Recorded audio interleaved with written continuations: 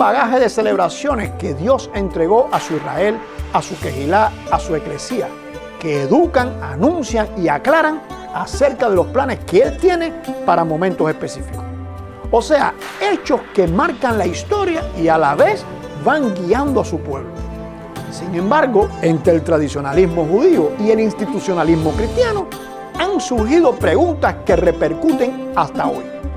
De celebrarse estas fiestas, ¿qué tradición sectaria se debe seguir?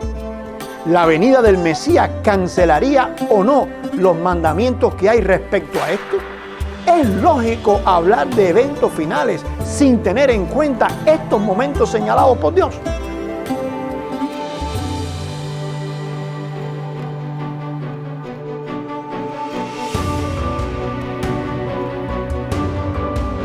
Uno de los grandes dilemas que ha tenido el cristianismo es tratar de entender la Biblia a partir del contexto del que lee y no a partir del contexto del que escribió.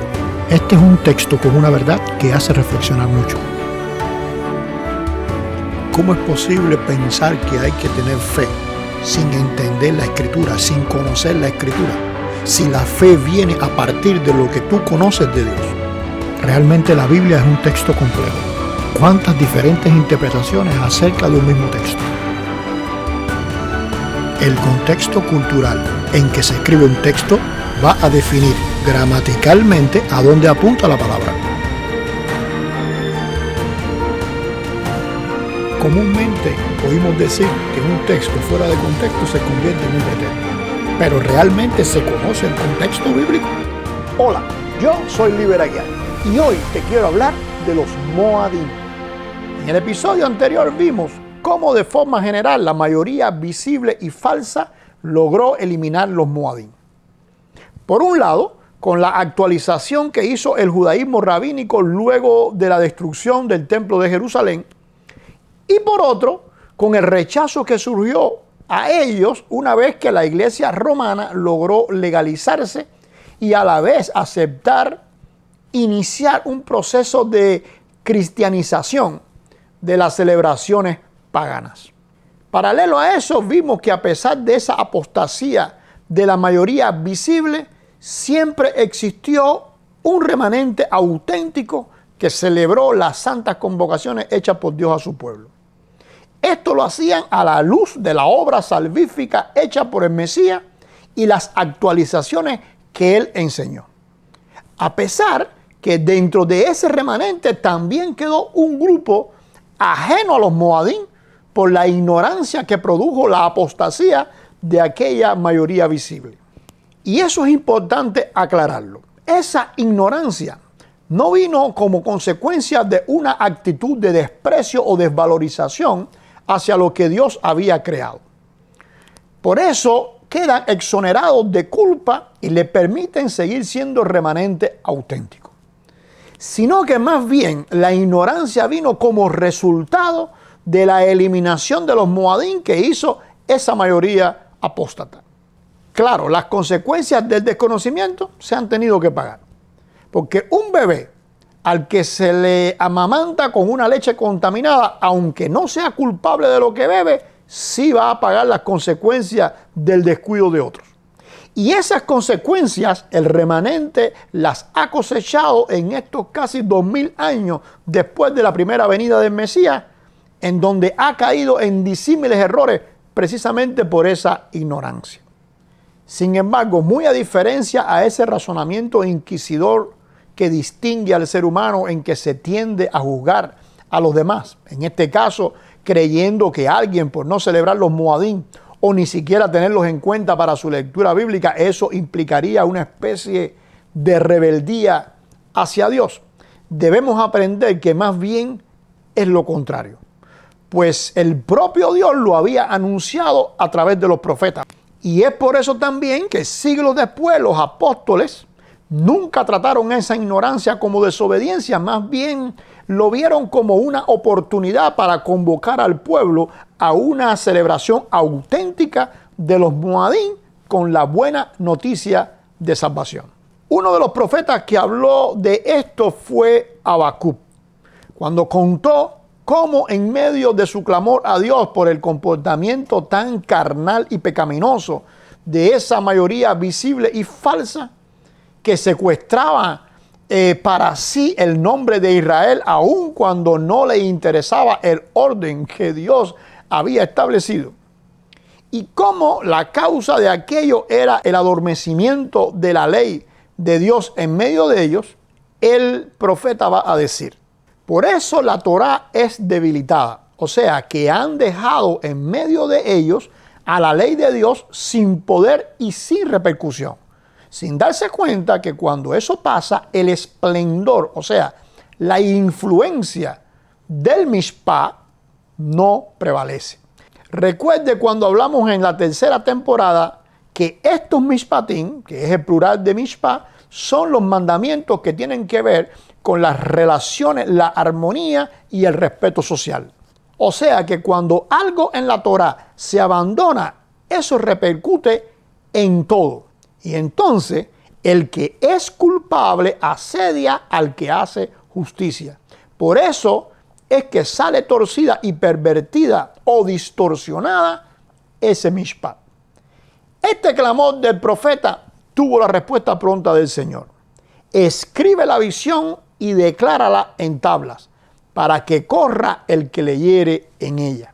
O sea que Dios no obligaría a nadie de esa mayoría, porque simplemente este no es su pueblo.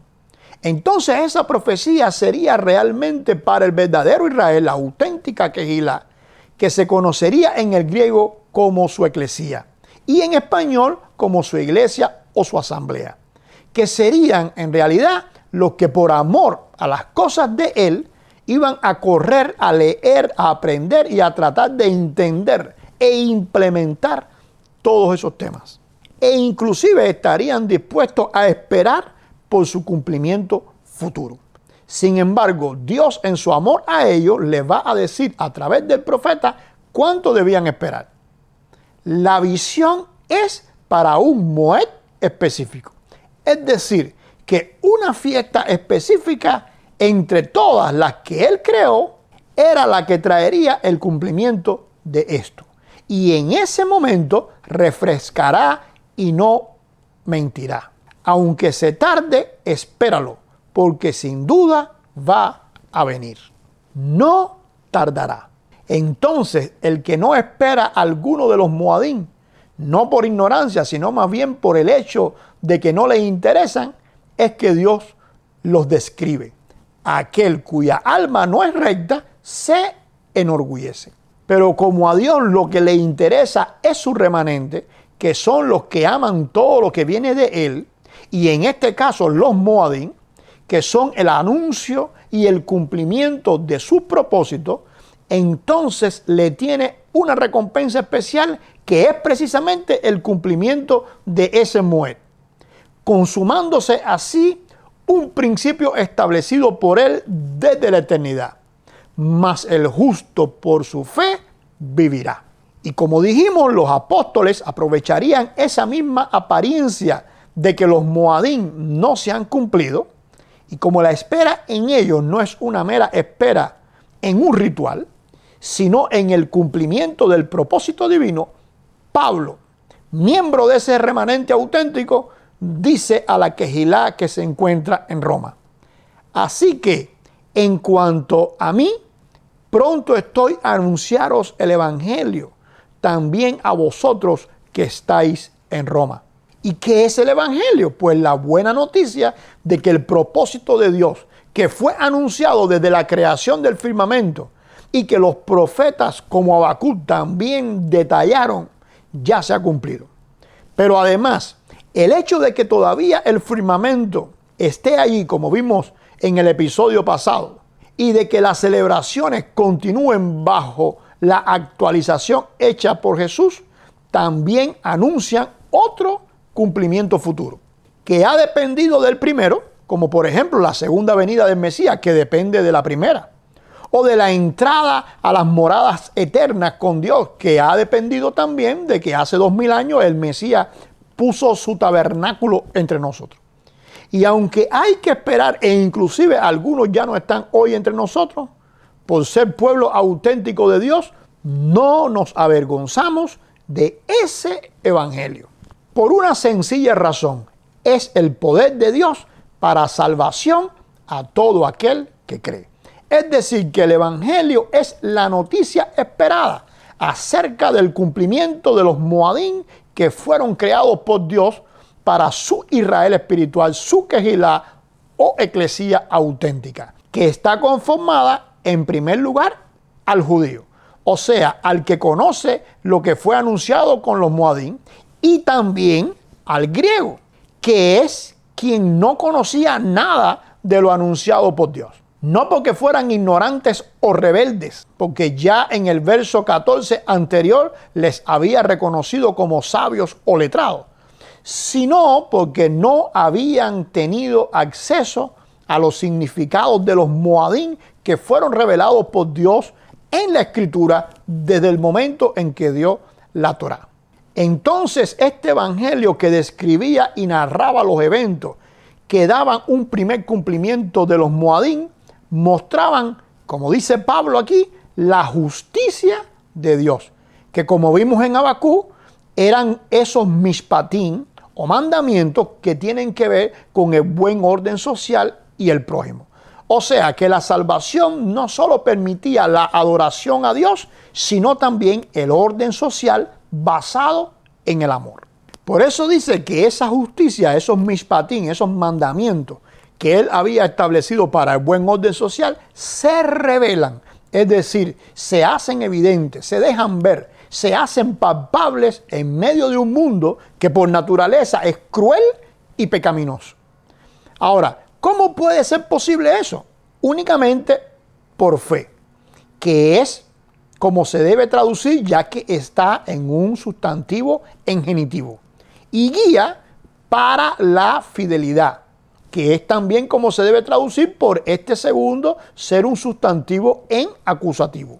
O sea, que el remanente ha tenido fe en la fidelidad de él, y no es que su fidelidad es consecuencia de la fe del remanente, como algunos piensan e inclusive predican.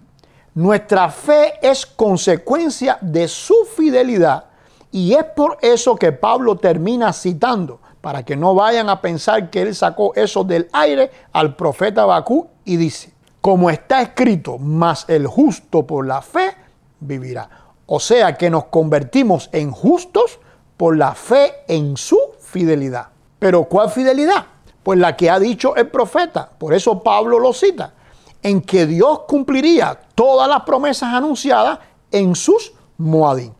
También, escribiéndole a los Gálatas, Pablo vuelve a hacer uso de ese mismo anuncio del profeta Habacuc, pues esta eclesía estaba haciendo algo que nadie imaginaría hasta ese momento que pasaría dentro de los creyentes en Jesús.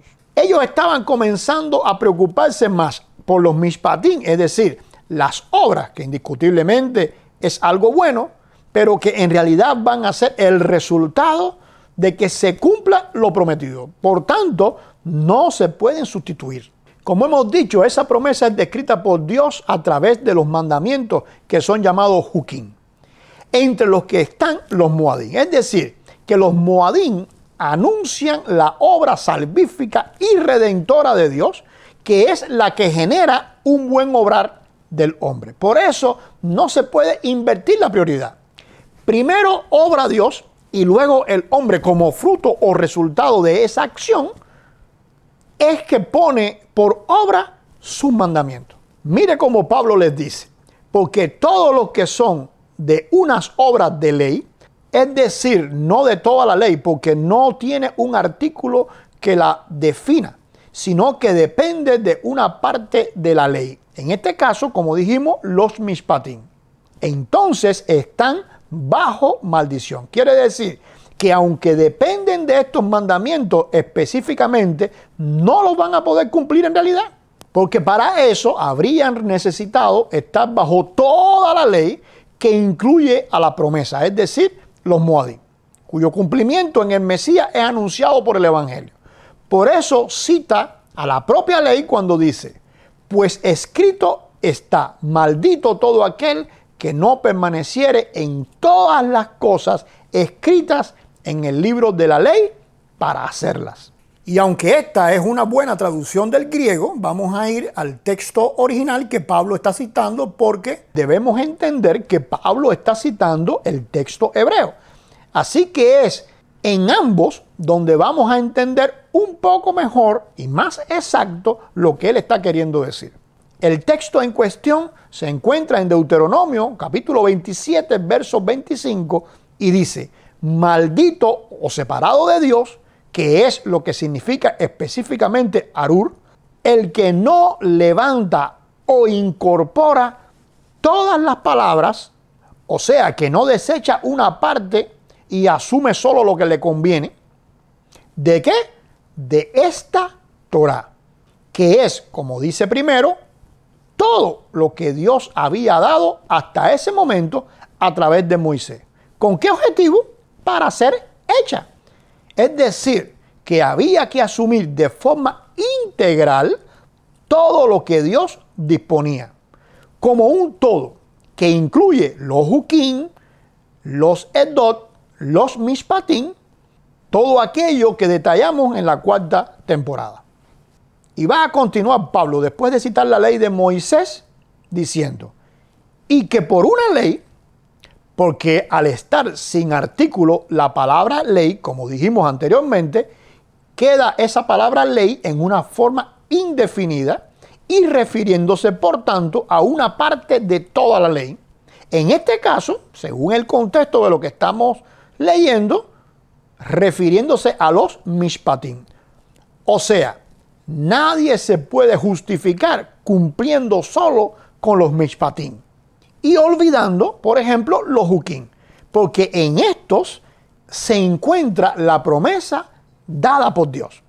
Por eso dice: y que por una ley ninguno es justificado por Dios, es evidente, porque el justo, y fíjese que si dice que nadie es justificado por cumplir, entonces este justo que aparece aquí es una nueva creación de Dios, anunciada desde los tiempos proféticos, por ejemplo, en este caso por Habacuc, y es en eso en lo que se debe creer. Por eso es, y continúa diciendo, por fe, por la certeza y la convicción del cumplimiento de sus promesas, que es la obra suya, la que convierte al pecador en lo que no ha sido hasta ahora. Por eso continúa diciendo, vivirá, porque se debe entender que la fe en sí misma no tiene protagonismo, sino que cree en el protagonismo del Creador.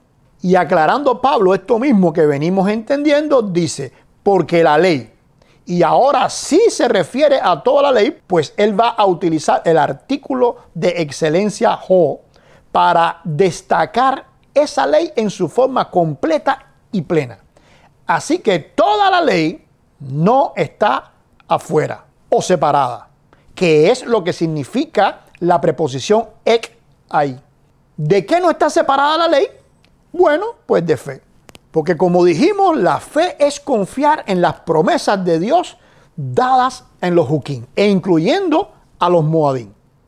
Porque estos anuncian el obrar milagroso de Dios para crear un hombre nuevo a la medida de su justicia, capaz de cumplir desde el corazón con todos los mishpatim, que son los que describen desde la perspectiva divina el obrar humano. Por eso Pablo va a continuar diciendo: el que hiciere estas cosas vivirá en ella. Y no por ella, como traducen algunos, pues la preposición en, de manera especial, cuando es seguida de un pronombre dativo, se vuelve un locativo, es decir, en, entre o dentro. Por lo que Pablo está diciendo que haciendo la ley de manera integral, en esa relación que hemos dicho entre la promesa y la obra, se llega a vivir también en esa expectativa divina. Y por último, en la carta a los Hebreos se vuelve a hablar de lo mismo, en este caso con referencia a la promesa que todavía queda anunciada. Y esta se encuentra de forma especial, como hemos dicho, en los Moadim.